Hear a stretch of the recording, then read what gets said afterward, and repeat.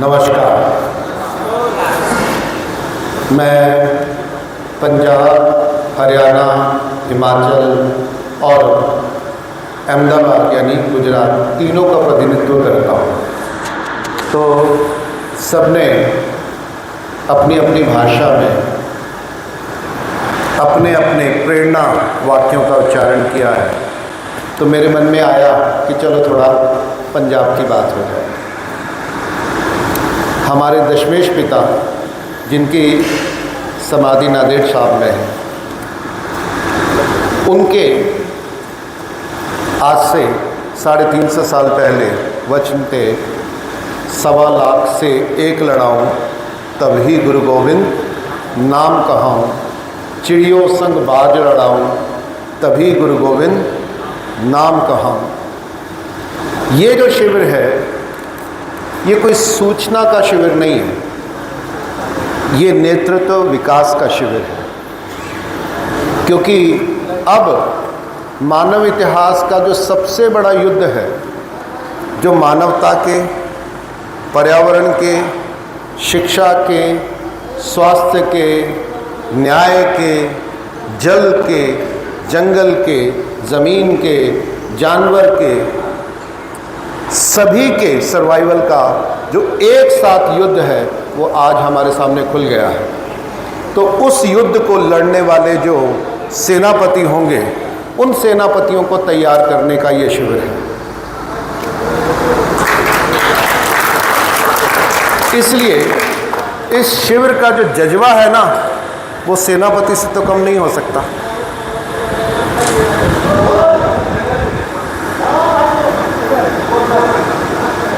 और फ़ोन की आवाज़ यहाँ तक पहुँच रही है। तो आज से 350 साल पहले दशमेश पिता ने सबको एक वचन दिया था। तो मेरे साथ हम सब वही गुनगुनाएंगे, ठीक है? देह शिवावर मोहे ही है,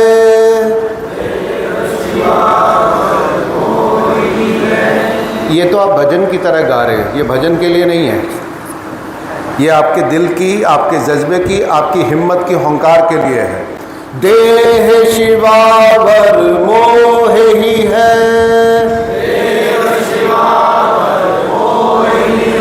शुभ कर्मण ते कब हूँ न डरूं,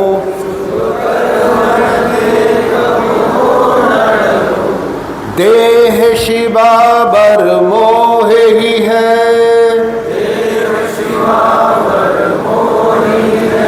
शुभ कर्मन ते कब हूँ न डरूं, न डरो अरिसो जब जाए लड़ूं। मैं जब किसी दुश्मन के सामने खड़ा हूँ तो मैं कभी, दुश्मन कैसा भी हो, मैं उससे कभी ना डरूं। न डरो अरिसो जब जाए लड़ूं, निश्चय कर अपनी जीत करूं, देह शिवावर मोहे ही है, शुभ कर्मन ते कब हूँ न डरूं, और सिख हो अपने ही मन को। यहाँ सिख का मतलब सरदार है, सरदार का मतलब नेता है। और जो भी समाज की जिम्मेवारी स्वीकार करता है, वो सिख है, वो सरदार है, वो नेता है। और सिख हो अपने ही मन को, एह लालच हो गुण तो उचरो। क्योंकि जो भी गुण, जो भी प्रतिज्ञा, जो भी निश्चय आपने किया है, उसको आचरण में उतारने का लालच, ये दुनिया का सबसे बड़ा लालच है, जो हर सिख को, हर सरदार को, हर नेता को अपने मन में रखना चाहिए। जब आद की पौध निदान बने, यानी दुनिया में जब बुराई सिर पे आ जाए, सबके सामने आ जाए, अति ही रण में तब जूझ मरो, और वही जो पल है तब अपना तन मन धन निछावर करने का समय आ गया है। देह शिवावर मोह ही है,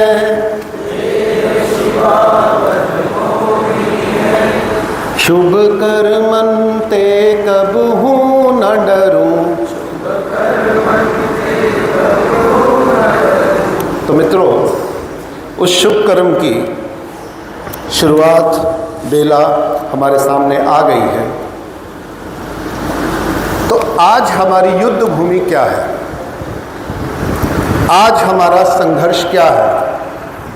एक माँ के रूप में, एक बहन के रूप में, एक भाई के रूप में, एक पिता के रूप में, एक परिवार के सदस्य के रूप में, एक समाज के रूप में, एक राष्ट्र के रूप में, एक संस्कृति के रूप में, एक देश के रूप में और एक दुनिया के रूप में, मानवता के रूप में और जीव के रूप में। ये सारी की सारी जिम्मेवारियां हैं जिसके लिए एक युद्ध भूमि अभी तैयार हुई। और ये जो युद्ध भूमि है, ये एक दिन में, एक साल में, 10 साल में, 100 साल में तैयार नहीं हुई। ये भूमि क्रमशः कम से कम 1000 साल से बुनी जा रही है, और लगातार बुनते बुनते आज हम उस स्थिति में आए हैं कि जब दुश्मन हथियार और जो रणभूमि है अब हमारे सामने कोरोना के बाद खुलने लगी है। अब तक हमको ये नहीं पता था कि हमने लड़ना किससे है, हमें लड़ना क्यों है और हमें लड़ना कैसे है। आज किससे लड़ना है, कैसे लड़ना है, कहाँ लड़ना है, क्यों लड़ना है और हमारे लड़ने के जो हथियार हैं वो क्या होंगे, उन सब की स्पष्ट करने का समय आ गया है। क्योंकि जब तक हमें पता ही नहीं होगा क्यों लड़ना है, कहाँ लड़ना है, कैसे लड़ना है और हमारा दुश्मन कौन है, हमारे हथियार कौन है, तो हम लड़ेंगे कैसे। और ये जो लड़ाई है ये हथियारों की लड़ाई नहीं है, ये बंदूक की, तोपों की, गोलियों की, भालों की लड़ाई नहीं है। ये लड़ाई है मनोयुद्ध की। ये लड़ाई है अपनी बीजों की। ये लड़ाई है हमारी नस्लों की। ये लड़ाई है हमारी फसलों की। ये लड़ाई है हमारे भविष्य की। ये लड़ाई है हमारी संस्कृति की। ये लड़ाई है उस सनातन मूल्यों की जिनको लाखों हजारों वर्षों से हमारे ऋषि मुनियों ने सींचा है और संस्कार रूप में हमारे एक एक जीन में, एक एक शब्द में, एक एक संस्कार में बांध के हमको दिया है। आज वो सब खतरे में है। ये उसकी लड़ाई है। तो युद्ध जितना गहरा होगा, व्यापक होगा, उसके अस्तर भी उतने ही गहरे, उतने व्यापक होंगे। और ये जो युद्ध है ये वास्तविक धरातल से कम मानसिक धरातल पे ज़्यादा लड़ा जाएगा। इसलिए आज हम अगले 1-1.5 घंटे के अंदर इस पूरे युद्ध भूमि के सारे पहलुओं को जरा खोल के देखते हैं। देखना चाहिए कि नहीं? Hello, okay. तो मेरे साथ जरा थोड़ा अपना संपर्क, आई कांटेक्ट और पूरी अटेंशन चाहिए होगा, क्योंकि मैं कोई एंटरटेनिंग बातें नहीं करूंगा, मैं कोई जोश से भरने वाली बातें नहीं करूंगा। जोश से पहले होश, और जबर का जो सामना है वो सब्र से होगा। ये होश खोने का समय नहीं है, ये युद्ध में कूद के अपनी जान देने का समय नहीं है, ये जान देने की लड़ाई नहीं है। ये क्या है? एक एक जीव की जान बचाने की लड़ाई है, और ये देने की जल्दबाजी से नहीं जीती जाएगी। ये जान लेने या जान देने की जल्दबाजी से, बहादुरी से नहीं जीती जाएगी। ये संपूर्ण लड़ाई संपूर्ण होश की, संपूर्ण चेतना की, संपूर्ण समझ की, संपूर्ण स्पष्टता की और संपूर्ण हौसले की लड़ाई है। उसके लिए तैयार होना है। तो ये कुछ सवाल हैं जिनसे मैं स्टार्ट करता हूं अपनी बात। भारत में अंग्रेज 1600 शताब्दी में आए। उससे पहले मुस्लिम लगभग 8वीं 9वीं शताब्दी में भारत में आए। 8वीं 9वीं शताब्दी में मुस्लिम ने आके अपना राज्य स्थापित करना शुरू किया। 11वीं 12वीं शताब्दी में उन्होंने अपना पूरा राज्य स्थापित कर लिया और लगातार 600 साल तक, 600 से 800 साल तक उन्होंने भारत पे राज्य किया। 16वीं शताब्दी में यूरोप से पुर्तगाल, Spanish, Belgium, French, German, English सभी जातियों के लोग भारत में एक एक करके एंटर हुए व्यापारी के रूप में। परंतु जब अंग्रेजों ने भारत पे पहला जो युद्ध लड़ा वो प्लासी का युद्ध लड़ा 1757 में। तब अंग्रेजों का राज भारत में शुरू होता है और 1857 में पूरा भारत अंग्रेजों के कब्जे में आ जाता है। ये तो सबको पता है। अंग्रेजों ने जो भारत था वो किससे जीता? मुसलमानों से। ओके, किससे जीता? राजा राजाओं से। क्या उसमें पेशवा भी थे? क्या अकेले मुसलमान थे? क्या उसमें टीपू सुल्तान भी था? क्या उसमें राजपूत भी थे? क्या उसमें ब्राह्मण भी थे? क्या उसमें क्षत्रिय भी थे? क्या उसमें वैश्य भी थे? क्या उसमें शूद्र थे? तो उन्होंने ये जो राज्य है वो 578 राजाओं से जीता। कितने? 578 राजाओं से जीता, जिसमें मुस्लिम भी थे, जिसमें हिंदू भी थे, जिसमें सिख भी थे, जिसमें पेशवा भी थे, जिसमें राजपूत भी थे। यानी भारत की सभी बहादुर कौमें जिनके ऊपर इतिहास में हम गर्व करते हैं उन सब से जीता। ये पहली सच्चाई है जो हमको स्वीकार करनी होगी, क्योंकि ये भावुक होने का नहीं, आंखें खोल के अपनी समीक्षा करने का समय है। हम किसी के ऊपर लांछन नहीं लगा रहे, हम किसी के ऊपर दोष नहीं दे रहे। ये समय है अपनी समीक्षा करने का कि हम जहां हैं वहां कैसे पहुंचे। अंग्रेजों ने भारत में 578 राजाओं के से भारत को जीता। युद्ध कितने किए? अंग्रेजों ने युद्ध कितने किए? अगर इतिहास पढ़ोगे, छोटे बड़े बहुत सारे युद्ध हो सकते हैं, पर मोटे मोटे उन्होंने भारत में 43 यानी 43 युद्ध लड़े। 43। और उनके जो ओपोनेंट थे, विरोधी थे, जिनके खिलाफ उन्होंने युद्ध लड़े, वो केवल 17 थे। अगर हमने इतिहास पढ़ा हो तो उन 17 के नाम आ जाएंगे। पेशवा, मराठा, टीपू सुल्तान, रानी लक्ष्मीबाई, सिख, बंगाल। अगर गिनोगे तो 17 ओपोनेंट, 17 विरोधियों के खिलाफ केवल 17 राजा महाराजा थे जो उनके खिलाफ तलवार उठा के खड़े हुए, जिन्होंने उनके साथ युद्ध लड़ा। उन 17 के 17 परिवारों का एक भी वंशज जिंदा नहीं है जिन्होंने भी युद्ध लड़ा। पेशवाओं का वंशज, टीपू सुल्तान का वंशज, सिखों का वंशज, महाराजा रणजीत सिंह का वंशज, रानी लक्ष्मीबाई का वंशज, कोई नहीं है। उनका नामो निशान मिटा दिया गया।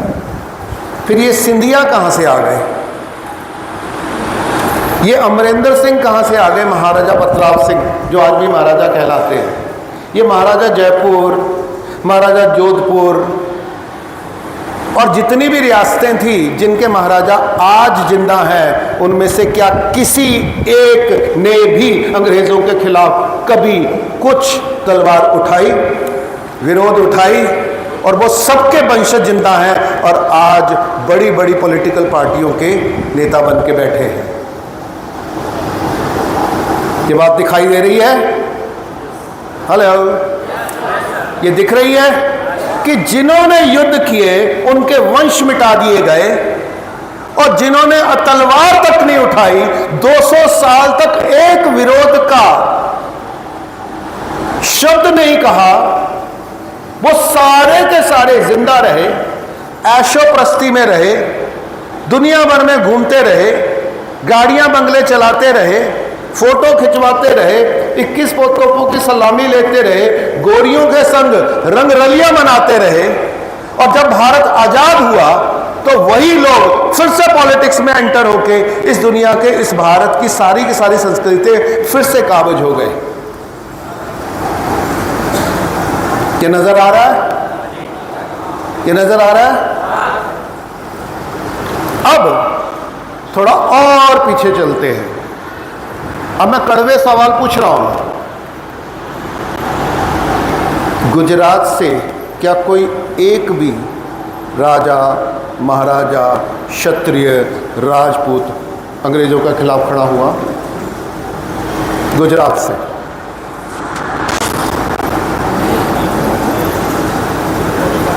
सुना?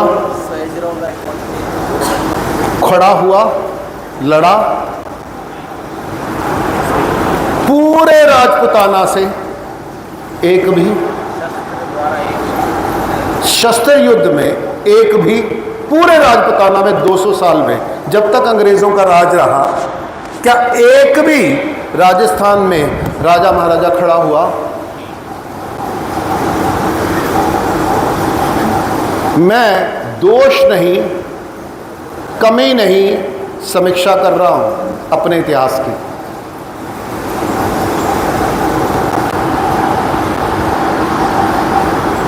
तो मित्रों, हमें फिर से अपने इतिहास को देखने की जरूरत है। दूसरा सवाल, जब अंग्रेज भारत में आए तो भारत की जीडीपी, उत्पादन आय, राष्ट्रीय आय दुनिया की जीडीपी का 24% था। कितना? 24%। कब तक? 1757 तक। और आगे बढ़े लगभग 1820 तक। 1820 तक, यानी आज से 200 साल पहले तक भारत की जो जीडीपी थी वो दुनिया की जीडीपी का 24% था। यानी जहां आज अमेरिका खड़ा है, वहां कौन खड़ा था? भारत खड़ा था। और भारत की ये जो जीडीपी है, ये दुनिया का 24 से 26% थी। ये कब से थी? यानी पहली शताब्दी, यानी अशोक के जमाने से 1820 तक भारत की जो जीडीपी है वो कभी भी 24 से 26% से कम नहीं हुई। दुनिया की दो सभ्यताएं, दो देश, दो संस्कृतियां जो बाजू बाजू में है, चीन और भारत, इन दोनों की जीडीपी मिला के दुनिया की जीडीपी का 50% से कम कभी नहीं हुई। 1820 से पहले के इतिहास में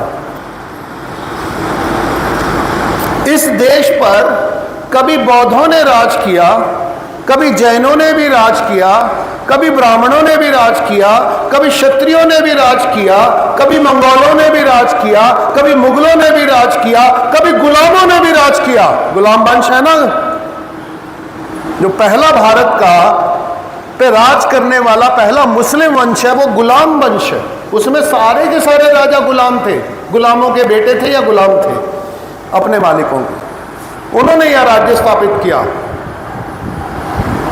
फिर मुगल आए, फिर खिलजी आए, फिर तुगलक आए, परंतु कभी भी उससे कोई फर्क नहीं पड़ा कि भारत पे कौन से वंश का या कौन से धर्म का राज है। भारत की जीडीपी, भारत की संस्कृति, भारत की आर्थिक संपन्नता कभी भी 24-25% से, दुनिया की 24-25% से कम कभी नहीं हुई।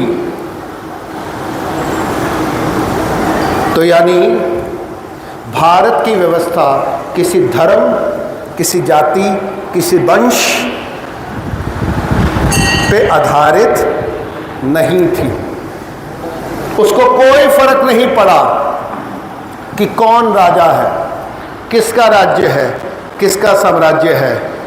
फर्क सिर्फ इससे पड़ता था कि भारत का हर गांव आर्थिक रूप से, सामाजिक रूप से, सांस्कृतिक रूप से स्वतंत्र था, स्वावलंबी था। और राजा आते थे, उनकी सीमाएं बढ़ती थी, घटती थी। धर्म आते थे, जाते थे, राजनीतिक विचार आते थे, जाते थे, विश्वास आते थे, जाते थे, परंतु भारत की संस्कृति, भारत की शिक्षा, भारत का स्वास्थ्य, भारत का न्याय, भारत की उत्पादन पद्धति, भारत का व्यापार और भारत की जो अर्थव्यवस्था थी, भारत का जो समाज था, वो बदस्तूर वैसे का वैसा समृद्ध, स्वतंत्र, स्वाभिमानी, स्वावलंबी और विकसित था और वो बना रहा।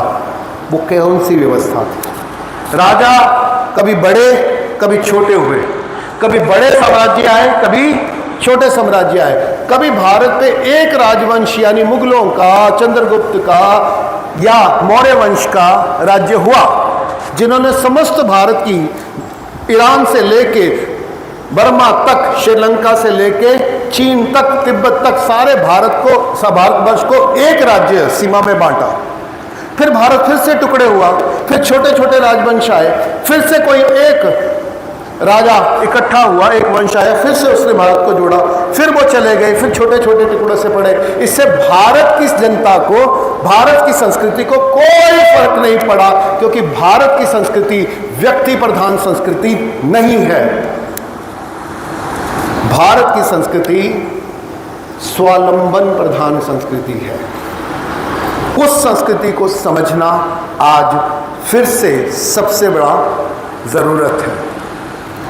धर्मपाल जी, आदरणीय राजीव दीक्षित के कई गुरु थे, उनमें से एक गुरु धर्मपाल जी थे, जिन्होंने अंग्रेजों के सारी की सारी अंग्रेजों की क्या व्यवस्था थी और कैसे भारत की व्यवस्था को अंग्रेजों की व्यवस्था में बदला गया और कैसे भारत की व्यवस्थाएं टूटी, तो उन्होंने उसका अध्ययन अंग्रेजों के द्वारा लिखी गई किताबों से नहीं, स्कूल के सिलेबस से नहीं, उनके द्वारा लिखे गए इतिहास से नहीं किया। उन्होंने देखा उसमें तो बिल्कुल गड़बड़ घोटाला है, सब झूठ है। हमको गुलाम बनाने के लिए हमको उनको मनाना था कि तुम गुलाम हो, तुम कमजोर हो, तुम अक्षम्य हो, तुम समझदार नहीं हो। यह सिद्ध करने के लिए उन्होंने वैसा इतिहास, वैसे सिद्धांत गढ़े जो हमें शिक्षा के रूप में पिलाए गए। उन्होंने इसका अध्ययन अंग्रेजी जो यहाँ के वायसराय थे, जो यहाँ के गवर्नर थे, जो यहाँ के अधिकारी थे, उनके द्वारा लिखे गए रिपोर्ट्स से उनका अध्ययन किया।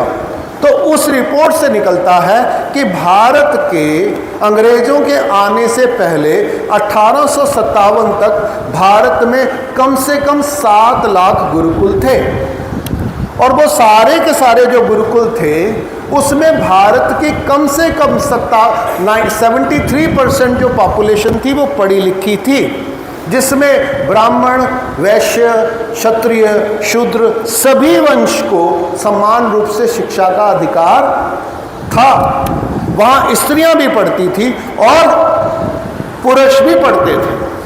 और ये जो प्रथा थी, ये जो संस्कृति थी, ये उपनिषद काल से सतत बहती आ रही है। ये जो काल था जब, परंतु ऐसा क्या, भारत के हर गांव में वैद्य हुआ करते थे। भारत के हर गांव की जो न्याय व्यवस्था थी वो अपनी थी। वो किसी राजा के ऊपर, किसी कोर्ट के ऊपर, किसी अदालत के ऊपर, किसी संविधान के ऊपर आधारित नहीं थी। हर गांव का अपना शिक्षा, अपना स्वास्थ्य, अपना न्याय, अपनी धर्म व्यवस्था थी। राजा केवल हमें सुरक्षा प्रदान करता था, बदले में हम उस सुरक्षा के लिए राजा को टैक्स देते थे और जरूरत होने पर सैन्य बल भी प्रदान करते थे। हर गांव की अपनी अपनी सेना तक हुआ करती थी आत्मरक्षा के लिए।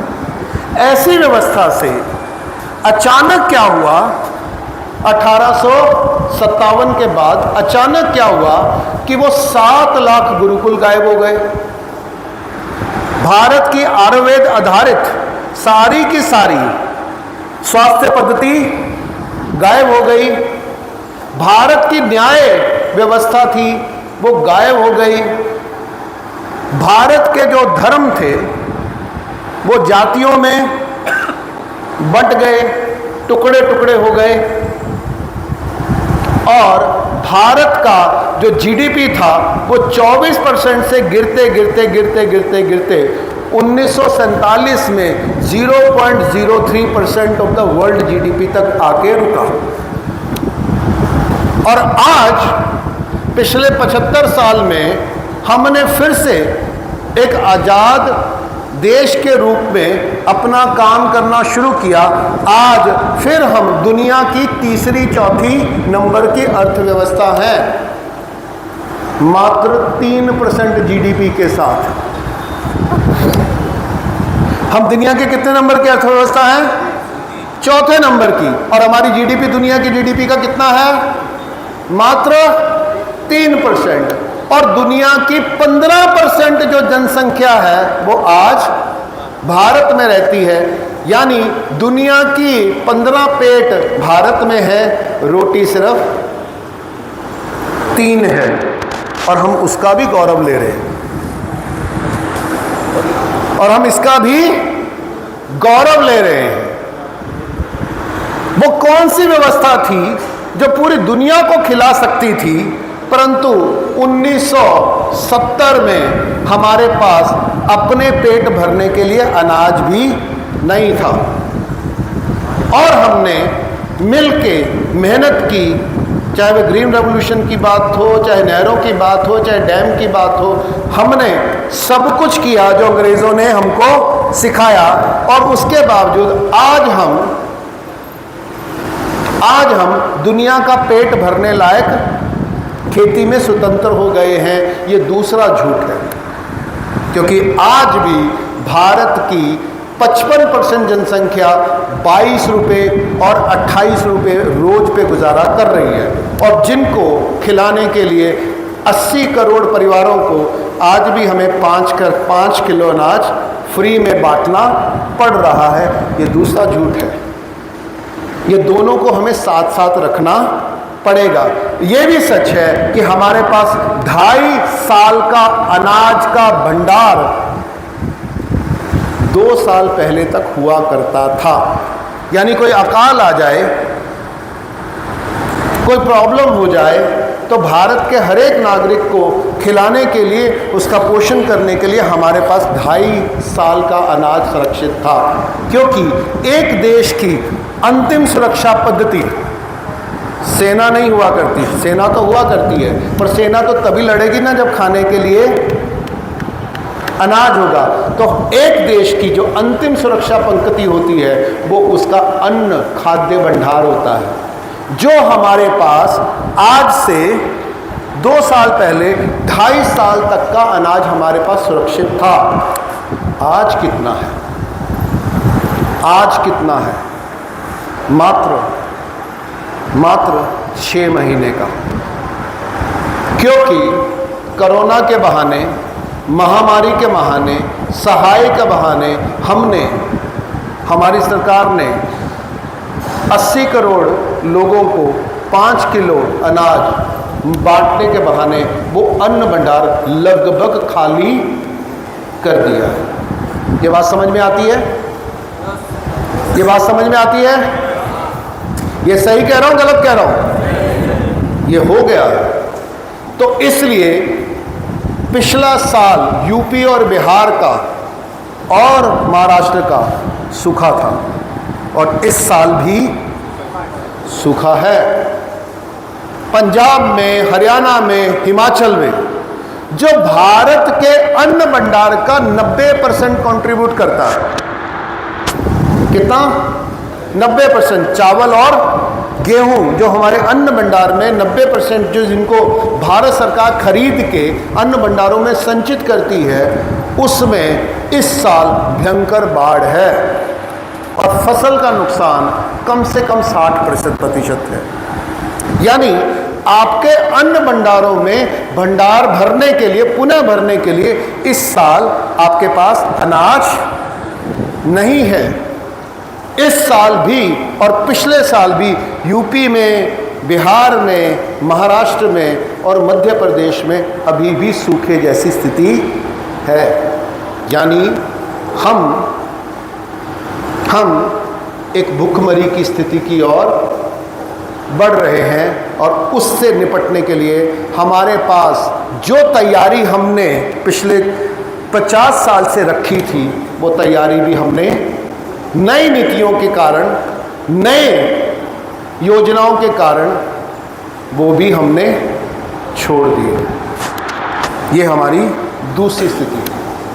तो आज मैं थोड़ी सी समीक्षा करना चाहता हूं कि अंग्रेजों ने ऐसा क्या किया कि भारत की सदियों से चलने वाली समृद्ध सभ्यता, समृद्ध शिक्षा, समृद्ध स्वास्थ्य, समस्त न्याय, समस्त धर्म, समस्त संस्कृति जो आज़ाद थी, वो भर भरा के गुलामी के तक आई।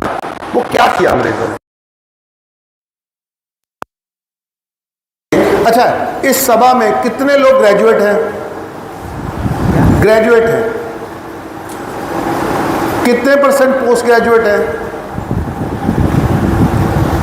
कितने परसेंट स्कूल मतलब कॉलेज यूनिवर्सिटी तक गए हैं? ओके, तो आप सब ने इतिहास पढ़ा है, तो क्या आपको ये पढ़ाया गया, बताया गया कि अंग्रेज़ों ने ऐसा क्या किया कि भारत के 7 लाख गुरुकुल खत्म हो गए, 7 लाख चिकित्सालय खत्म हो गए, वैद्य खत्म हो गए, 7 लाख से ज़्यादा पंच सरपंच भी रहे होंगे, वो कहाँ गए? वो कैसे खत्म हो गए? क्या कभी पढ़ाया गया, समझाया गया? ओके, तो आज जरा क्या अंग्रेज इतने बहादुर थे कि उन्होंने मात्र 1 लाख की सेना के साथ, क्योंकि पूरे भारत के इतिहास में अंग्रेजों में कभी भी 1 लाख से ज्यादा अंग्रेज भारत की धरती पे नहीं रहे, तो क्या 1 लाख की परमानेंट सेना के साथ अंग्रेज इतने सक्षम थे, इतने बहादुर थे कि वो यहाँ के 578 राजाओं को हरा गए? हेलो, तो उन्होंने कैसे हराया? और उन्होंने युद्ध भी नहीं लड़े, क्योंकि 578 में से केवल 17 लड़े, 551 ने तो कभी हथियार भी नहीं उठाए। तो उनको उन्होंने कैसे मैनेज किया? और वही नीति है जो आज भी बदस्तूर लागू है, चालू है। पहले उसको लागू करते थे अंग्रेज, आज लागू कर रहे हैं हमारे नेता और हमारे अभिनेता और हमारे ऑफिसर जो कहने को हमारे हैं, काम उनके द्वारा बनाई गई व्यवस्थाओं के अनुरूप के द्वारा, उन्हीं के बनाए हुए रीति नीति कानून के द्वारा, उन्हीं के द्वारा परिभाषित किए हुए लक्ष्यों और मापदंडों पे वो काम करते हैं। तो अंग्रेजों ने भारत को सेना से नहीं हराया, उन्होंने अपनी व्यवस्था से हराया। उन्होंने, क्योंकि भारत अंग्रेजों से पहले जितने भी हमलावर आए वो भारत की तलवारों से टकराए, परंतु वो भारत की संस्कृति और व्यवस्था से नहीं टकरा पाए और यहीं रह के यहीं जज्ब हो गए। अंग्रेज पहले थे जिन्होंने अपनी व्यवस्था नहीं छोड़ी, उन्होंने भारत की व्यवस्था को नहीं अपनाया, उन्होंने अपनी व्यवस्था को भारत में लाके थोप दिया, लागू कर दिया। और जब आप किसी प्रदेश में जाओ, अगर आपका आहार व्यवहार वैसा हो जाए तो फिर आपकी ना संस्कृति बचेगी, ना आपकी सोच बनेगी, ना आपका स्वास्थ्य बचेगा, ना आपका परिवार बचेगा, ना आपका कुछ भी बचेगा। तो हमने ऐसा ही किया। तो अंग्रेज़ों ने क्या किया, बहुत सरलता से मैं आपको समझाता हूँ। एक घटना से बात करते हैं, फिर धीरे से हम वहाँ पर पहुँचेंगे। 1757 में भारत की में बंगाल में पहली लड़ाई होती है। उस लड़ाई का नाम है प्लासी की लड़ाई। लड़ाई ऐसे होती है कि वहाँ का नौजवान नवाब है जिसकी उम्र है 22 साल, सिराजुद्दौला। सिराजुद्दौला गद्दी पे बैठता है, वो अयाश है, वो मनचला है, उसको अपनी अयाशी के लिए कुछ भी करने की हवस उसके अंदर थी। आपको ये देखना होगा कि भारत में अंग्रेजों ने केवल 2 सूबे बांटे, उनके टुकड़े किए। कौन से? एक पंजाब और एक बंगाल। यस और नो? और भारत के इतिहास में सबसे ज़्यादा क्रांतिकारी कहाँ से हुए? पंजाब और बंगाल से। सबसे ज़्यादा लोगों को काला पानी और फांसी किसको हुई? पंजाब और सबसे ज़्यादा लड़ाके कौन कहाँ थे? पंजाब, बंगाल और महाराष्ट्र। ये 3 ही स्थान थे जहाँ पे लड़ाके हुए। अब बंगाल की कहानी सुनते हैं, फिर देखते हैं अंग्रेज़ों ने क्या किया, क्योंकि बंगाल जीत के ही वो पूरे हिंदुस्तान को जीतने में सक्षम हुए। बंगाल 12वीं शताब्दी के दौरान केवल एक आदिवासी इलाका था। वहाँ के जो मूलवासी थे वो आदिवासी थे। वहाँ की जो मूल संस्कृति थी वो ना शहरी संस्कृति थी, ना ग्रामीण संस्कृति थी, वो वनवासी संस्कृति थी। तो वहाँ पे हिंदू राजाओं का वंश शुरू हुआ और उन्होंने पूरे बंगाल को बसाने के लिए वहाँ खेती का विकास किया, वहाँ गाँव का विकास किया, वहाँ हिंदू संस्कृति का उन्होंने प्रचार प्रसार किया। परंतु वो प्रचार प्रसार करने के लिए उनको वहाँ खेती करने के लिए, वहाँ गाँव को स्थापित करने के लिए लोगों की ज़रूरत पड़ी। तो उन्होंने महाराष्ट्र से कोंकणी ब्राह्मणों को वहाँ लाके बसाया। इसलिए आप देखेंगे बोस, टैगोर, राजा राम मोहन राय वगैरह वगैरह, ये सब क्या है? ब्राह्मण परिवार है। जो वहाँ के बड़े बड़े जमींदार हुए, उन लोगों को बड़ी बड़ी जमींदारियाँ दी गई और उन्होंने पूरे बंगाल को बसाया। तो बंगाल बड़ा उपजाऊ इलाका है। तो वहाँ पे जाके मुसलमानों ने अटैक किया और सबसे ज़्यादा जो हिंदू की मुसलमान में जो कन्वर्जन हुई है भारत में, वो सबसे ज़्यादा कहाँ हुई है? बंगाल में हुई।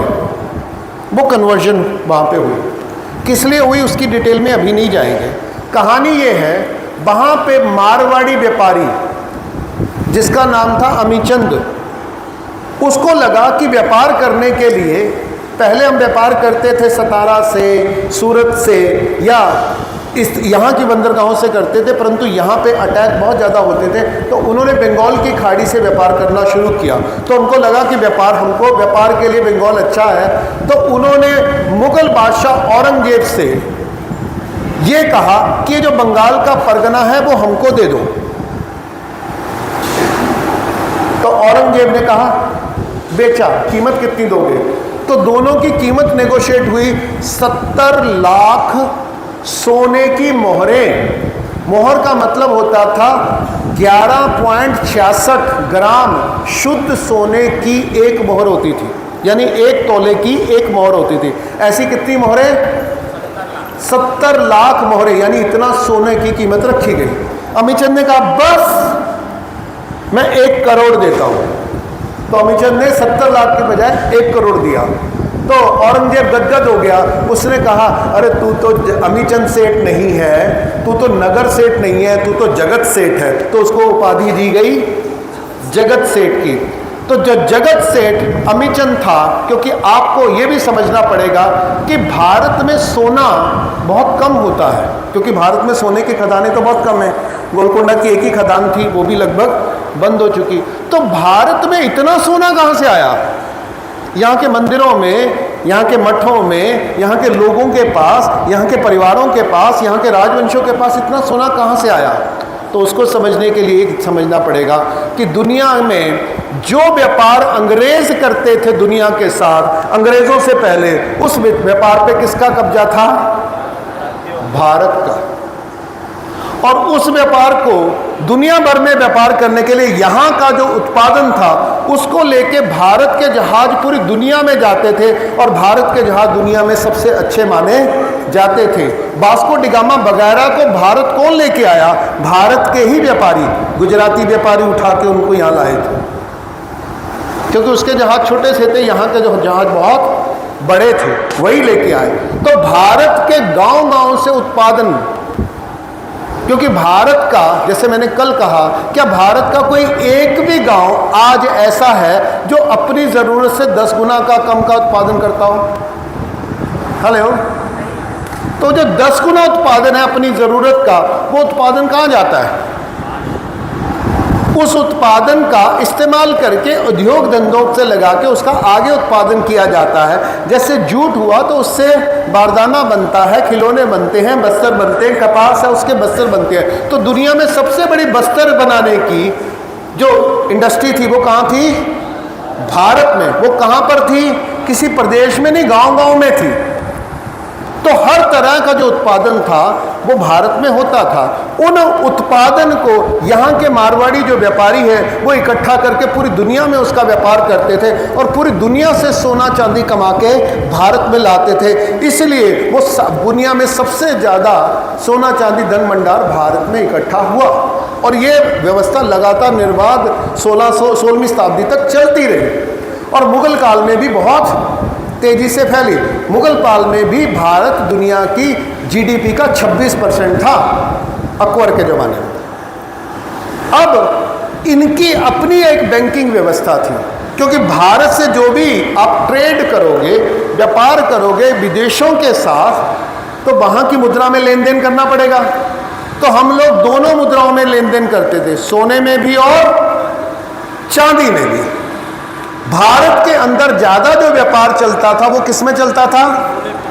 सोने में नहीं, ज़्यादातर चलता था चांदी में।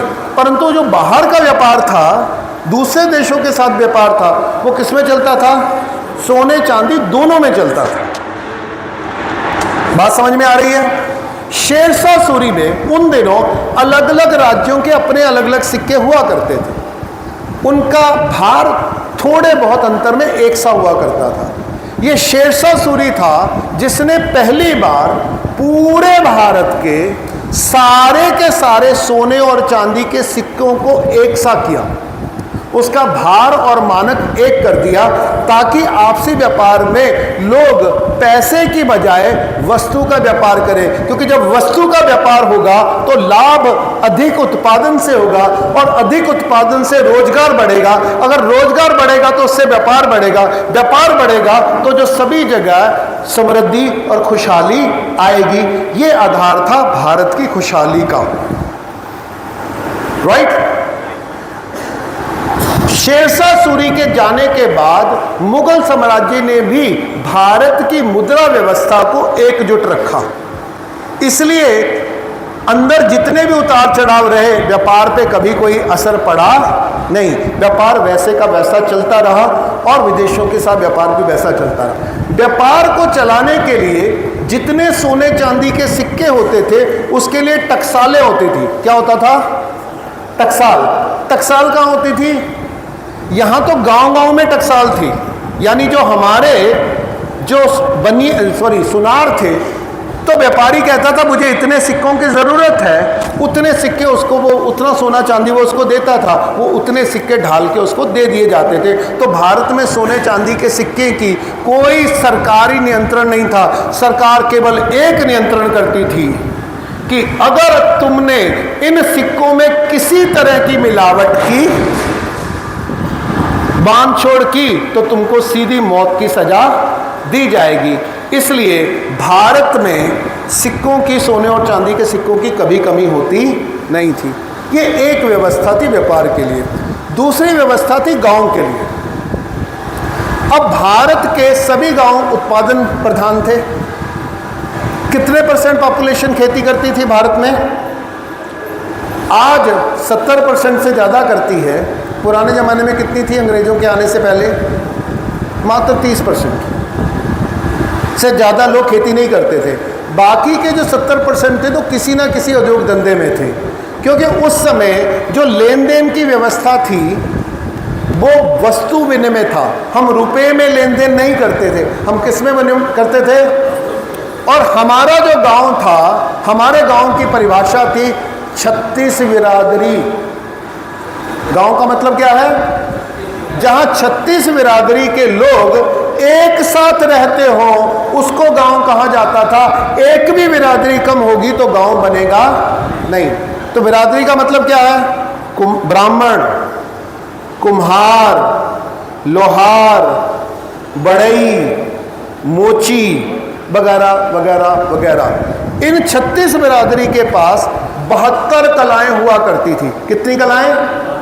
72 कलाएं। तो हर व्यक्ति के पास एक से अधिक कला होती थी, जिसकी जरूरत गांव के हर व्यक्ति को होती थी। राइट? तो हर व्यक्ति के पास कला थी, हर व्यक्ति उत्पादन में सहायक था। इसलिए हर व्यक्ति जब अधिक उत्पादन करता था तो उसका फायदा किसको मिलता था? पूरे गांव को। तो जो व्यक्ति जितना उत्पादक होगा उतना वो पूरे गांव की समृद्धि में सहयोगी होगा। ऐसी व्यवस्था थी। इसलिए उस व्यवस्था में ना कोई अमीर था ना कोई गरीब था। इसलिए उस व्यवस्था में छोटे बड़े का भेद नहीं था। उस व्यवस्था में सभी का मान सम्मान बराबर था। राइट? उस व्यवस्था में भेदभाव की कोई ज़्यादा ज़रूरत नहीं थी। जैसा अंग्रेज़ों ने दिखाया है वैसा नहीं था। इस व्यवस्था को आज भी, मुझे नहीं पता महाराष्ट्र के गांव में कैसा है, पंजाब के गांव में आज भी है कि जब कोई व्यक्ति आपको उत्पादन में सहयोग करता है, चाहे वो मजदूर क्यों ना हो, यूपी से आया हुआ मजदूर क्यों ना हो, उसको बोलते हैं साझी। क्या बोलते हैं? साझी का मतलब क्या होता है? साझेदार। वो आपके घर में रहेगा, यानी अमूमन ये व्यवस्था आपको पूरे भारत में मिलेगी। मैं पंजाब का दाखला इसलिए दे रहा हूं क्योंकि मैंने उसको रूबरू अपनी आंखों से देखा। तो जो मजदूर भी आएगा बाहर से काम करने के लिए, वो आपके घर में रहेगा, वो वही भोजन करेगा जो हम करेंगे। उसको वैसे ही मान सम्मान मिलता है जैसा सभी को मिलता है। राइट? तो भारत ऐसा समाज था और ये व्यवस्था, परंतु सभी उत्पादन करते थे। अगर सरप्लस प्रोडक्शन हो गया, अधिक उत्पादन हो गया हमारी ज़रूरत से, तो हर घर में हम 2 साल का कम से कम अनाज रखते थे। हाँ कि ना?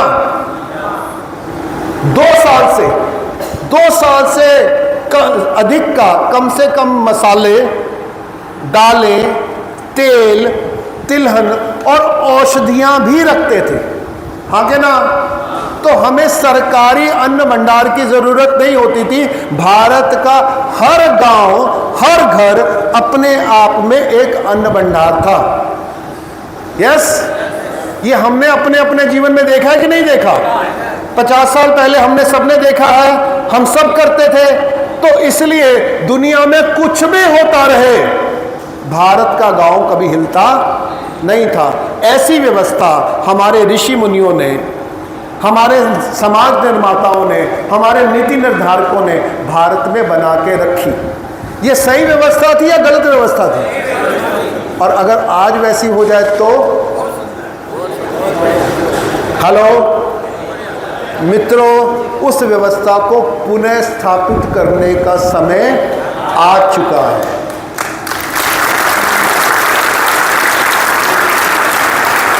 क्योंकि इस व्यवस्था में महंगाई नाम की कोई चीज नहीं थी, मिलावट नाम की कोई चीज नहीं थी, कमी नाम की कोई चीज नहीं थी।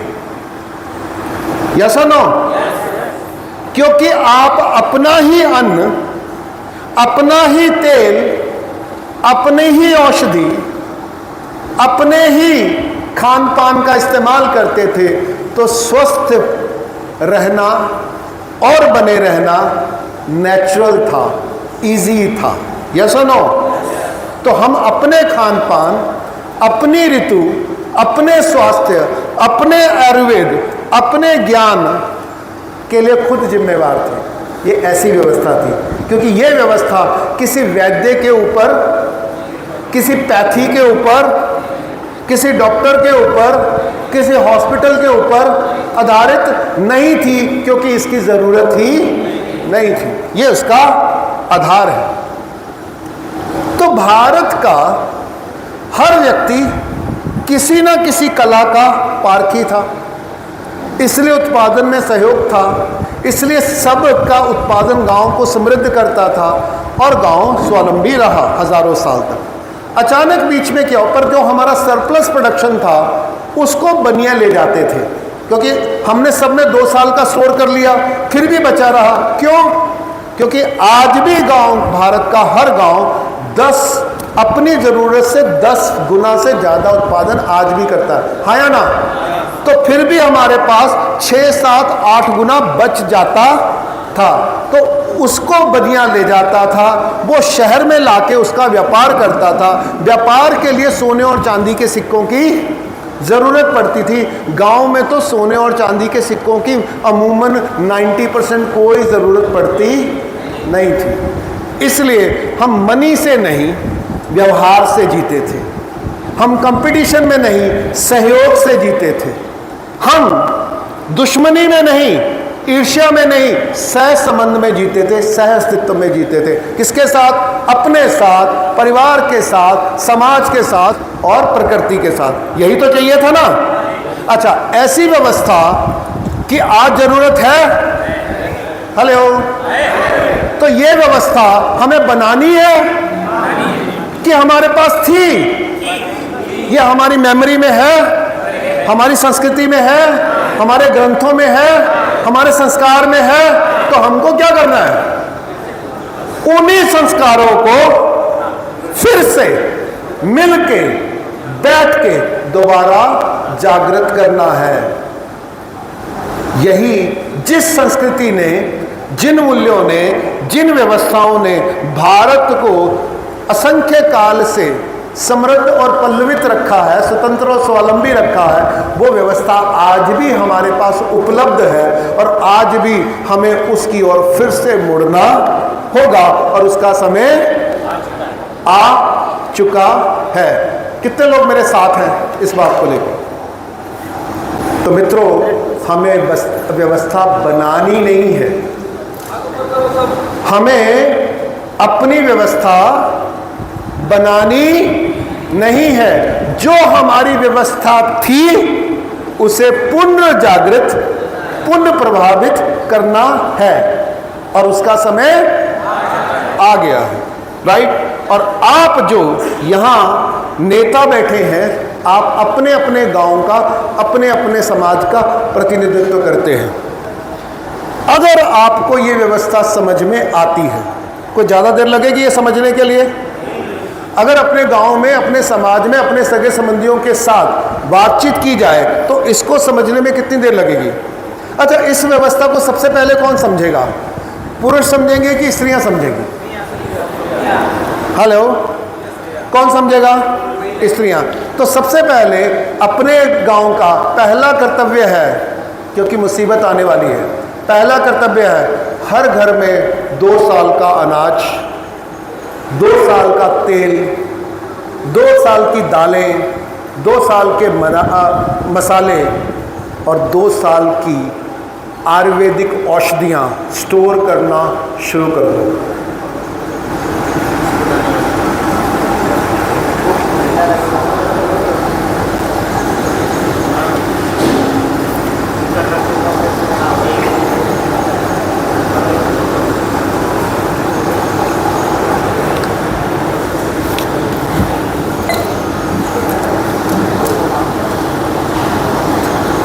इस व्यवस्था को जो थी आज से 100 साल पहले भी थी, इसको विधिवत, जब तक ये व्यवस्था नहीं टूटेगी, क्या भारत को गुलाम बनाना संभव था?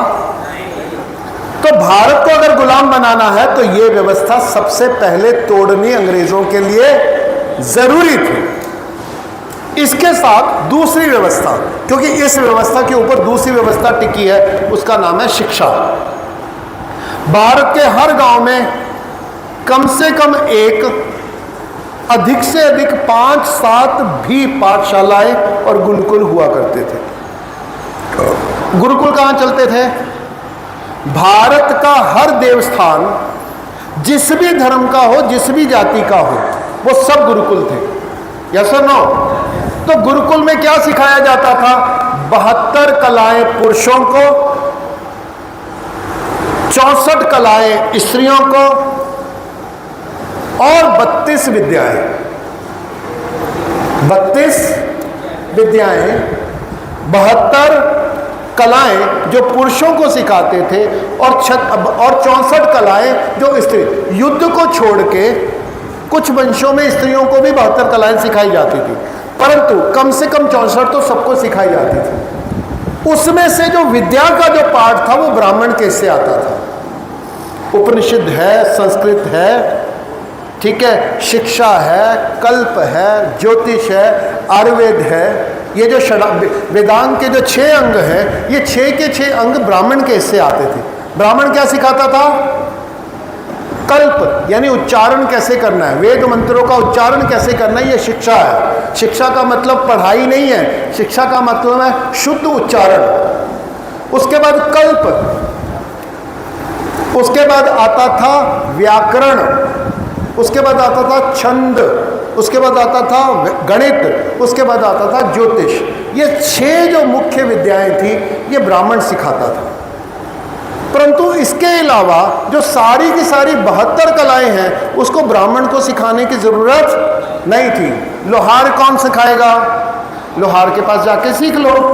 बढ़ई कौन सिखाएगा? बढ़ई के पास जाके सीख लो। उसकी कोई यूनिवर्सिटी बनाने की जरूरत नहीं थी। गांव गांव का हर व्यक्ति अपनी जो कला है वो अपनी अगली पीढ़ी को देके उसमें स्थापित करके जाता था। फिर कुछ विशेष कला गुरुकुल होते थे, जैसे संगीत के लिए विशेष गुरुकुल होते थे, आयुर्वेद की ऊंची पढ़ाई के लिए विशेष गुरुकुल हुआ करते थे, युद्ध कला के लिए, मार्शल आर्ट के लिए विशेष गुरुकुल हुआ करते थे, बराबर। ज्योतिष के अध्ययन के लिए, विशेष अध्ययन के लिए विशेष गुरुकुल हुआ करते थे।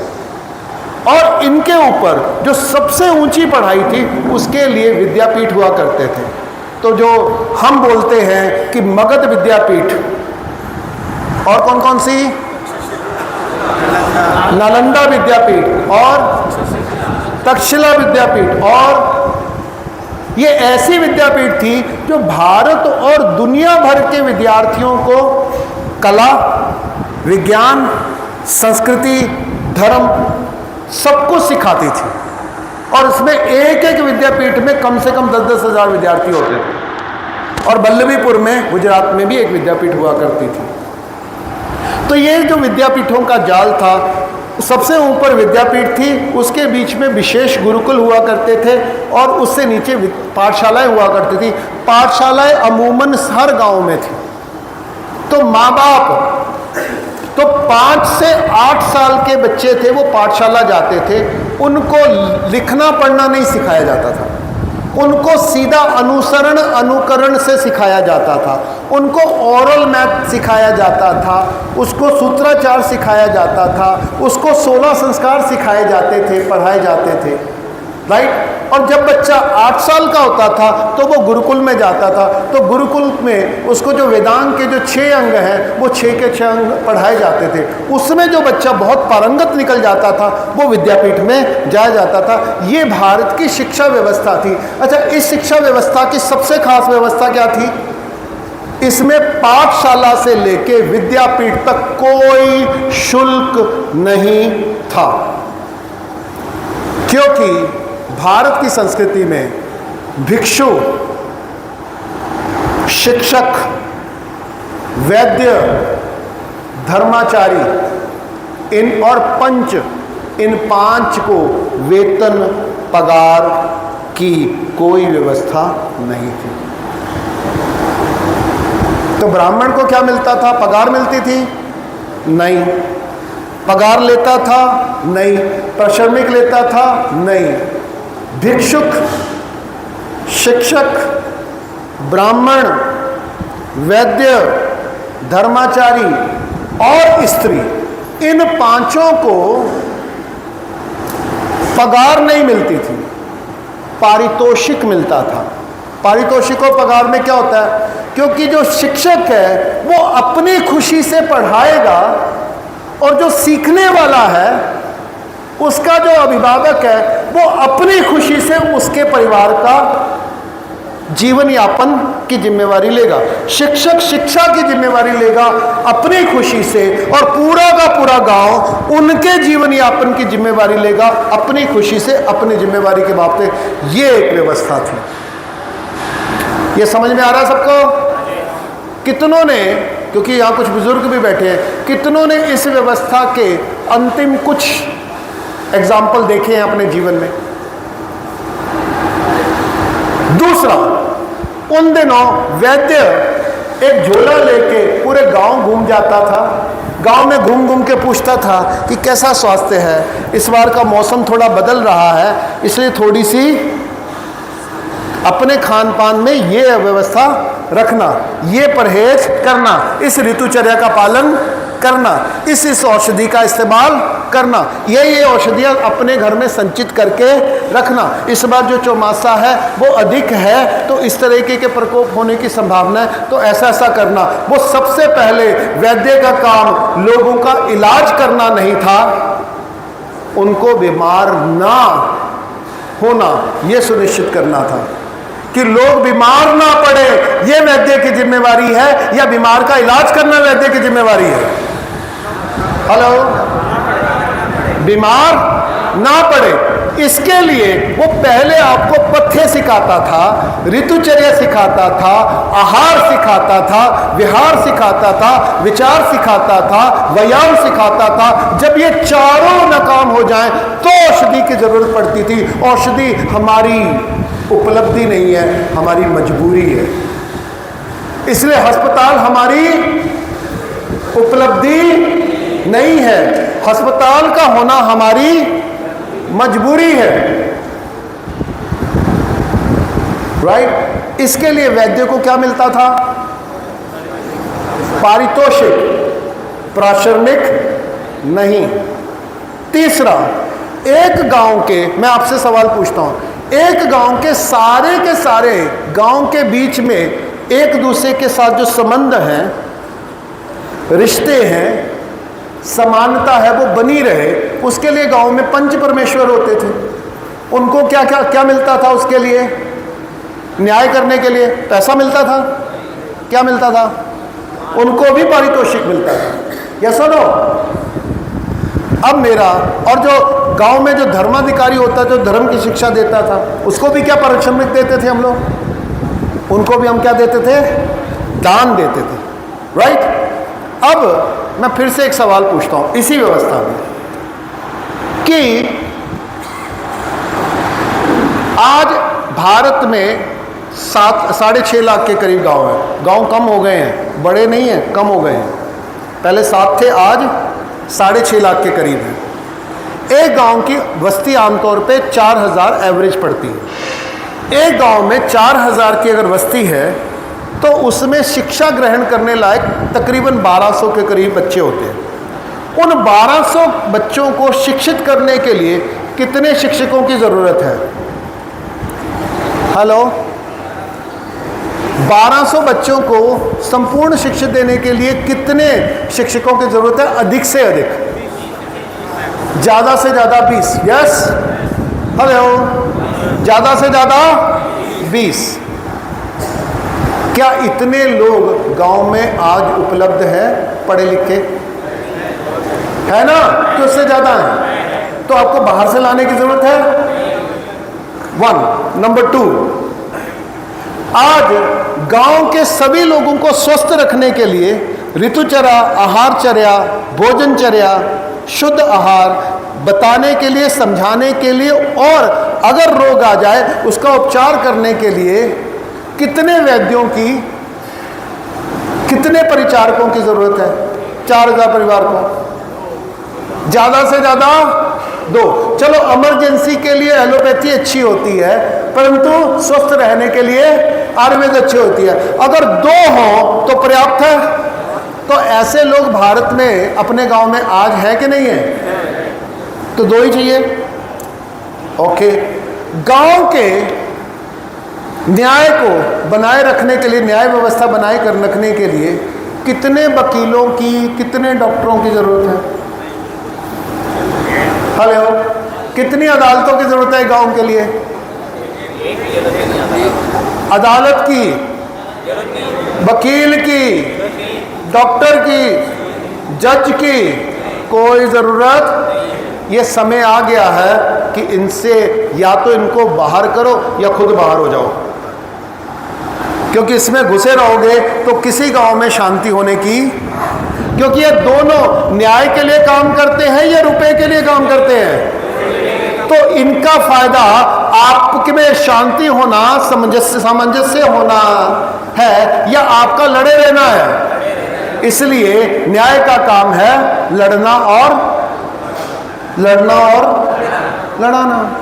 वो सुनिश्चित करेंगे कि आपका जो लड़ाई है दलील पे दलील, वकील पे वकील, तारीख पे तारीख, मुकदमे पे मुकदमा, रिट पे रिट चलती रहे। इसलिए छोटे से छोटे मुकदमे के फैसला करने के लिए एवरेज कई साल लगते हैं, क्योंकि ये न्याय नहीं अन्याय का संस्थान है। यस और नो? जो अंग्रेजों ने हमारे गांव में डाला। तो अगर भारत के न्याय व्यवस्था में फिर से पहुंचना हो और सारे के सारे 4,000 लोगों में न्याय स्थापित करना हो तो कितने पंच की जरूरत है? हेलो, 5 या 1? अगर विश्वास हो तो 1 काफी है। यस और नो? उसमें कितना पैसा खर्च होगा? उतने कितने कर्जा लेने की जरूरत है? कितनी रिट की जरूरत है? कितनी फीस की जरूरत है? नहीं। तो लगे हाथ ये भी बता दो, गांव में हमारा आध्यात्मिक मार्गदर्शन करने के लिए कितने गुरुओं की जरूरत है? तो भारत की शिक्षा, भारत के स्वास्थ्य, भारत के न्याय और भारत की धर्म व्यवस्था को सुचारू चलाने के लिए ज़रूरत है कि शिक्षा, स्वास्थ्य, न्याय और धर्म का व्यापार बंद हो। फिर से कहूं, भारत की शिक्षा, स्वास्थ्य, न्याय और धर्म व्यवस्था को स्थापित करने के लिए ज़रूरी है कि भारत में हर गांव से शिक्षा, स्वास्थ्य, न्याय और धर्म का व्यापार बंद हो। उसके लिए ये करना पड़ेगा कि हमें अपने शिक्षकों की, अपने वैद्यों की, अपने पंचों की और अपने धर्म गुरुओं की जिम्मेवारी फिर से स्वीकारनी होगी। यस और नो? और जैसे ही हम कर लेंगे उसका फायदा किसको होगा? हेलो? तो आपके जीवन में से अपने बच्चों को पढ़ाने की चिंता उनमें मूल्य सिंचन करने की चिंता, उनको संस्कार देने की चिंता, उनका मार्गदर्शन करने की चिंता और उनको जीवन में सेट करने की चिंता अपने आप मिट जाएगी। डॉक्टरों की दवाई, टेस्ट, ऑपरेशन, कंसल्टेशन और बीमे की समस्या खत्म हो जाएगी और जितने कोर्ट कचहरी वकील दलील मुकदमे हैं वो अपने आप जीवन से बाहर हो जाएंगे। इसी में आज एवरेज एक व्यक्ति का 40 से 50% आय खत्म होती है, या सुनो, तो हमारी बचत कितनी हो जाएगी? 40 से 50%। और उसके बाद जो सुख, खुशहाली, समृद्धि, सामंजस्य, शांति, भाईचारा, प्रेम, सहअस्तित्व, कोऑपरेशन बढ़ेगा, उसका तो कहना ही क्या। तो भारत रुपए पैसे से समृद्ध नहीं था, भारत व्यवस्था से समृद्ध था। भारत रुपए पैसे से समृद्ध नहीं था, भारत व्यवस्था से सिद्ध था। और अंग्रेजों ने, आधुनिक लोकतंत्र ने, आधुनिक शिक्षा तंत्र ने, आधुनिक व्यापार तंत्र ने, आधुनिक उपनिवेशवाद तंत्र ने, आधुनिक मुक्त बाजार तंत्र ने, आधुनिक बैंकिंग तंत्र ने, आधुनिक मुद्रा तंत्र ने भारत की उस समृद्धशाली व्यवस्था को खत्म किया और केवल नफे, नुकसान, बेचने, खरीदने की व्यवस्था को चालू किया। इससे हमारी शिक्षा का व्यापारीकरण हुआ, स्वास्थ्य का व्यापारीकरण हुआ, न्याय का व्यापारीकरण हुआ। अब तो धर्म का, संबंधों का, संस्कृति का, खान का, पान का, रहन का, सहन का, संस्कार का, हर चीज का व्यापारीकरण हो गया। और उसके लिए अब आपको कुछ नहीं चाहिए, सबसे पहले क्या चाहिए? रुपया। सबसे पहले क्या चाहिए? रुपया। तो अंग्रेजों ने क्या किया? 1870 में एक पहला कानून लागू किया, क्योंकि वो पूरे भारत में घूमे, मैकॉले पूरे भारत में घूमा। उन्होंने कहा कि इनकी तो व्यवस्था ऐसी है कि दुनिया में कुछ होता रहे, इनको कोई फर्क नहीं पड़ता, इनको रुपए पैसे की जरूरत ही नहीं है, यहाँ गरीबी के नाम नहीं है, यहाँ कोई भीख नहीं है, यहाँ हर व्यक्ति शिक्षित है, हर व्यक्ति स्वस्थ है, इसमें आपस में लड़ाई झगड़े नहीं है, यहाँ पे हर व्यक्ति नैतिकता का सहजता से पालन करता है और प्रकृति के साथ, अपने साथ, परिवार के साथ, समाज के साथ और प्रकृति के साथ संतुलन में जीता है। इनको कैसे हराया जाए? तो इन्होंने पहला इसको तोड़ना पड़ेगा, इसलिए इनकी ये जो व्यवस्था है वो तोड़ना पड़ेगी। वो व्यवस्था कौन सी थी? वो सहयोग की व्यवस्था थी। उस सहयोग की व्यवस्था को व्यापार की व्यवस्था में बदलना पड़ेगा। उन्होंने क्या किया? पहला कानून पास किया कि आज के बाद राजाओं महाराजाओं के साथ संधियां करके उनको बोला कि हमारे पास 1 लाख की सेना है, क्योंकि उस सेना जो राजा थे वो परमानेंट सेना नहीं रखते थे, वो युद्ध के लिए अपने जमींदारों को बोलते थे आ जाओ। तो हम क्या गांव-गांव से सेनाएं इकट्ठी होती थी, लड़ने के लिए जाती थी। परंतु अंग्रेजों के पास बंदूक, तोप और परमानेंट ट्रेंड सैनिक थे 1 लाख के करीब। अंग्रेज क्या करते थे? अंग्रेजों के सामने ये जो असंगठित जो सेनाएं थी वो बहादुर थी पर असंगठित, अनट्रेंड थी। इन सेनाओं के सामने वो खड़े नहीं हो सकते।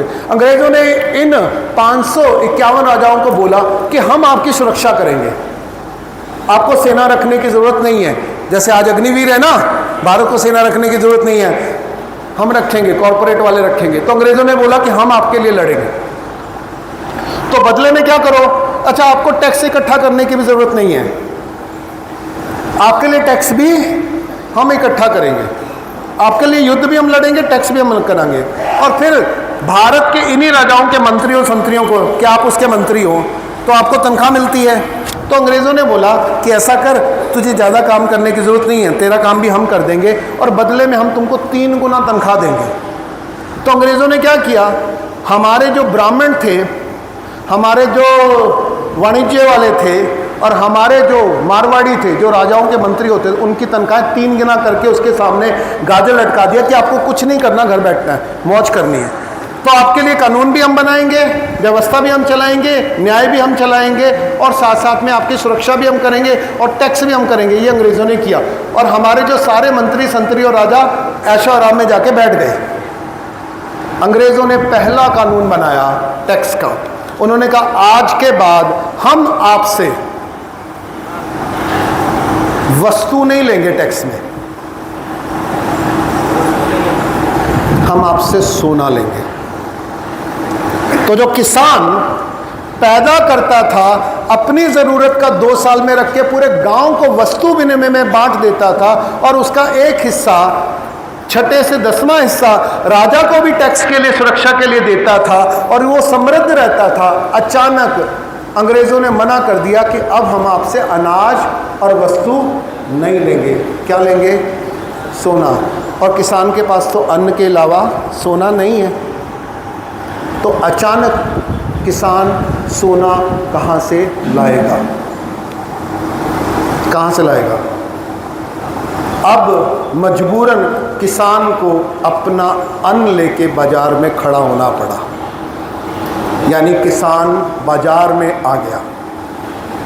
वैद्य को टैक्स देना है, तो वैद्य सोना कहाँ से लाएगा? तो वैद्य को भी अपनी चिकित्सा के लिए पैसा लेना पड़ा, और पंच को भी टैक्स देना है, वो कहाँ से लाएगा? तो वैद्य को भी अपनी न्याय बेचनी पड़ी, और साधु को भी मंदिर चलाने के लिए कहाँ से आएगा? क्योंकि सभी ने अपनी अपनी वस्तु बेचने लगे, तो साधु को भी मिलना बंद हो गया। अब साधु ने भी वस्तु मांगने की बजाय, सहयोग मांगने की बजाय, दान मांगने की बजाय, सेवा मांगने की बजाय क्या मांगना शुरू किया? पैसा। तो अंग्रेज़ों ने इस सारी व्यवस्था के अंदर एक पैसे नाम का वायरस डाल दिया, जहां संबंध, सहयोग, प्रेम, शुद्धता, स्वास्थ्य, न्याय से व्यवस्था चलती थी, उसकी जगह किसको डाल दिया? मजबूरी से। और अपने आप गुरुकुल गिर गया, अपने आप वैद्य गिर गया, अपने आप न्याय गिर गया, और अपने आप धर्म गिर गया, और उसकी जगह बाजारवाद चालू हो गया। तो अंग्रेज व्यवस्था कुछ नहीं है, सब कुछ खरीदने बेचने के लिए किया जाए, ये है आधुनिक व्यवस्था। और सब कुछ समाज का है, समाज के सहयोग के लिए, समाज के लिए किया जाए, ये थी भारत की व्यवस्था। बस इतना सा ही हुआ है। और अब हमें, उसके बाद हमने क्या बेचना शुरू कर दिया? जमीन। उसके बाद हमने क्या बेचना शुरू कर दिया? अपना ज्ञान, अपनी विद्याएं, और भी बेचना शुरू कर दिया अपनी संस्कृति। और फिर जब यही प्रेशर महिलाओं पे आएगा, तो महिलाओं को भी बाजार में उतरना पड़ा। उससे पहले हम महिलाओं को कभी भी पैसे से डील नहीं करते थे। इसलिए हमारे गांव में कोई बुढ़ा, कोई अनाथ, कोई महिला बेसहारा नहीं थी, क्योंकि सभी बुजुर्ग, सभी बच्चे, सभी महिलाएं समाज की जिम्मेवारी थी, और वो समाज उनको लेके चलता था। अब किसी के पास उनकी जिम्मेवारी देने के लिए अधिक नहीं है, तो महिलाएं, बच्चे, बुजुर्ग बेसहारा हुए। अब जिसके पास जो होगा वो वही बेचने के लिए मजबूर हुआ। यहाँ से हमारी संस्कृति का, संबंधों का संपूर्ण पतन शुरू हुआ।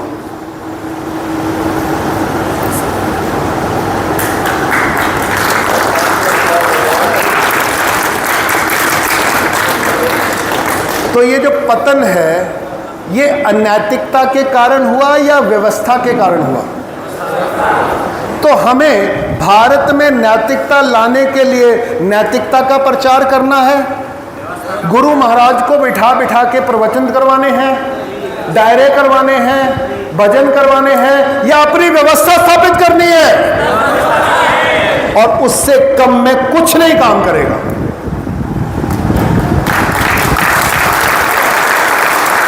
इसलिए जनता सरकार मोर्चा व्यवस्था परिवर्तन का मोर्चा है, ज्ञान का मोर्चा नहीं है, पॉलिटिक्स का मोर्चा नहीं है, व्यापार का मोर्चा नहीं है, पॉलिटिक्स का मोर्चा नहीं है, सत्ता का मोर्चा नहीं है, यह संपूर्ण व्यवस्था परिवर्तन का मोर्चा है। और यह व्यवस्था हमें बनानी नहीं है, खोजनी नहीं है, डेवलप नहीं करनी है, जो थी उसको समझना है और उसके मुताबिक फिर से वापस लौट जाना है। यही है हमारी घर वापसी, क्योंकि इसी में हमारा काम, इसी में हमारा अर्थ, इसी में हमारा धर्म और इसी में हमारा मोक्ष अपने आप पूरा होता है। हमें करना नहीं पड़ता, ये अपने आप सहजता से पूरा होता है। और मैं आपसे बात करूं, इस व्यवस्था के चलते जो अंग्रेजों ने हमको दी, उस व्यवस्था को स्थापित करने के लिए उन्होंने वैसे इंस्टीट्यूशन को, उन्होंने क्या किया, शिक्षा तोड़ दी, स्वास्थ्य तोड़ दिया, न्याय तोड़ दिया, धर्म तोड़ दिया। उसको व्यापारी कैसे तोड़ा, उसका व्यापारीकरण कर दिया। तो हमें क्या करना पड़ेगा, शिक्षा, स्वास्थ्य, न्याय, धर्म में से व्यापार को बाहर हटा देना, इतना ही है, उसकी व्यवस्था करेंगे मुबारक में। फिर उन्होंने क्या किया, जमीन का व्यापार शुरू किया, खनिज का व्यापार शुरू किया, पानी का व्यापार शुरू किया, हवा का व्यापार शुरू किया, नज़ारों का व्यापार शुरू किया, दृश्यों का व्यापार शुरू किया और हर चीज मोनेटाइज कर दी और सरकारों के रूप से उसको बेचना और खरीदना शुरू किया।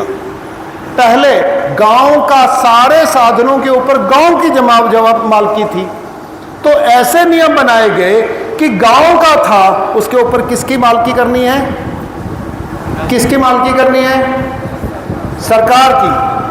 तो उन्होंने एक ऐसी राज्य व्यवस्था का सृजन किया जिसमें जो समाज के साधन हैं उनके ऊपर सरकार की मालकी हो और सरकार के ऊपर कुछ लोगों की मालकी हो। ऐसी व्यवस्था का उन्होंने निर्माण किया और उस व्यवस्था का नाम है डेमोक्रेसी, जो लगती है सब कि जनता के द्वारा, जनता के लिए, जनता की जो व्यवस्था है उसको डेमोक्रेसी कहती है। ये सबसे बड़ा झूठ है जो आजकल हम देख रहे हैं। यस और नो? ये सबसे बड़ा झूठ है। ये देखने में लगता है, इसका मतलब ये है कि अंग्रेजों ने जब भारत को आजाद किया तो भारत में 558 रियासतें थी। तो अगर भारत को गुलाम रखना है तो उनको फिर से 558 लोगों को फिर से कब्जा करना पड़ेगा, है या ना? तो हर एक की अपनी बहादुरी, अपनी शिक्षा, अपना स्वास्थ्य होगा, उनको जीतने में उनको 100 साल लगे। अब अंग्रेज जाते जाते एक ऐसी व्यवस्था कर गए कि एक आदमी को कंट्रोल कर लो, सारी व्यवस्था हमारे कंट्रोल में। तो उसकी जगह उन्होंने 578 को निपटा के साइड पे रख के उसकी जगह प्रधानमंत्री बिठा दिया और एक प्रधानमंत्री कंट्रोल कर लो, सब अपने कंट्रोल में। इसका नाम है डेमोक्रेसी। प्रधानमंत्री किसका है? हाँ, अब इनका कहना है प्रधानमंत्री किसका है। आपको लगता है आपका है, आपका है, आपका है, आपका है, आपका है, आपका है, किसका है? जो उसको पैसे देता है। तो प्रधानमंत्री किससे इलेक्शन लड़ेगा? तो इलेक्शन कैसे लड़ेगा? पैसे से। और पैसा कौन देगा? उद्योगपति। और उद्योगपति को पैसा कौन देगा?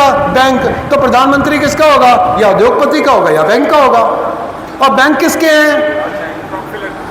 रॉकफेलर के और रोथशाइल्ड के। सिंपल।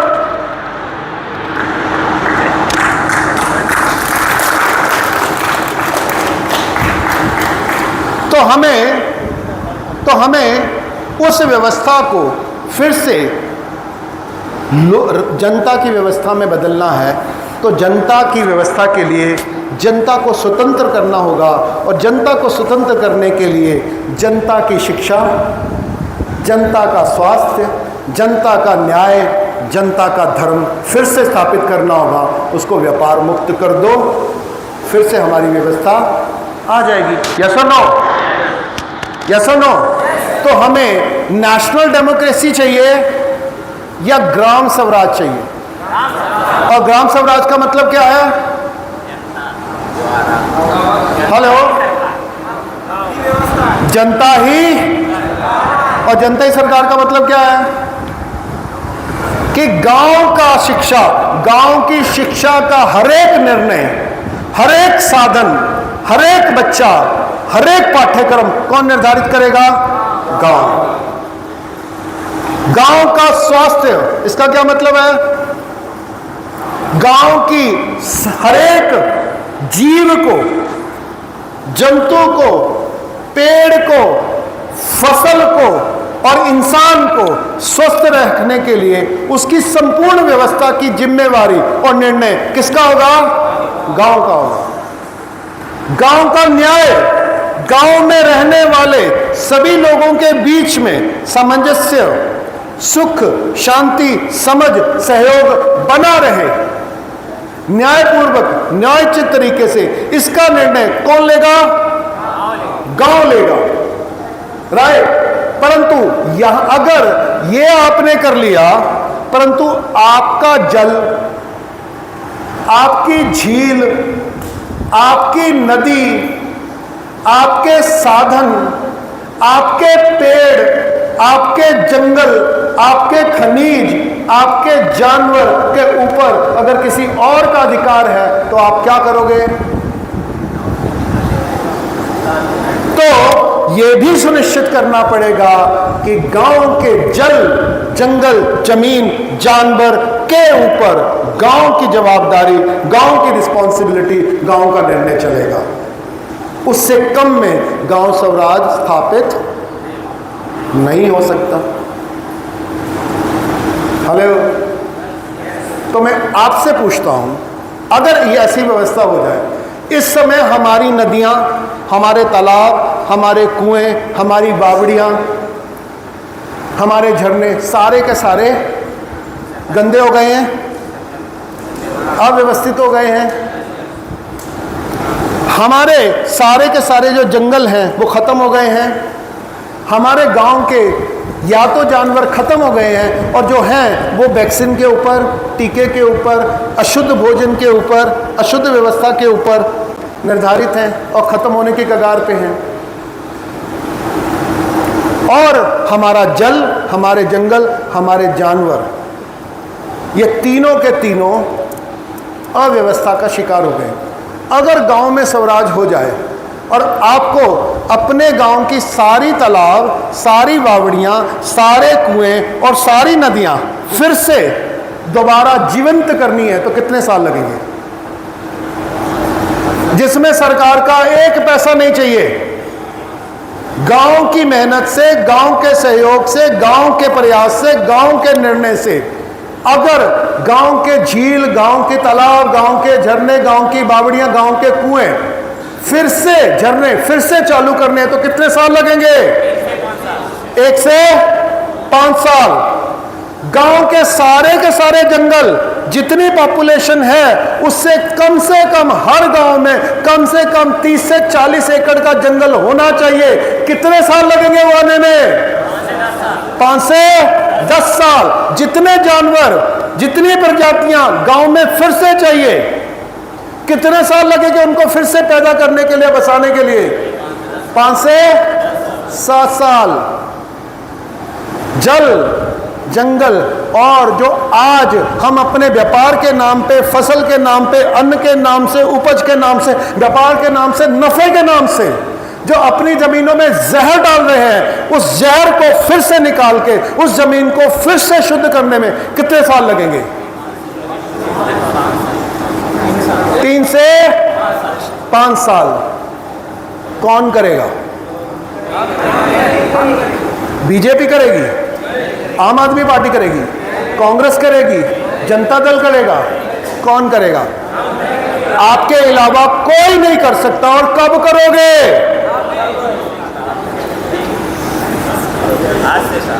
यही जनता सरकार मोर्चे की उद्घोषणा है कि जनता की सरकार। जनता की व्यवस्था, जनता के द्वारा, जनता के प्रयास से, जनता की जिम्मेवारी से और आज से। तो हमें क्या करना पड़ेगा? जो अंग्रेजों ने ये व्यापारीकरण से, शिक्षाकरण से, मीडिया के द्वारा गलत शिक्षा, गलत आचार, गलत व्यवहार, गलत प्रचार से ये जो गलत रिवायतें डाल रही हैं, अगर मैं 2 घंटे में आपको समझा सकता हूं तो आपको अपने गांव को मिलके इस बात पे समझने में कितनी देर लगेगी? वही हमारा चुनौती है। तो हम कब तक समझाएंगे?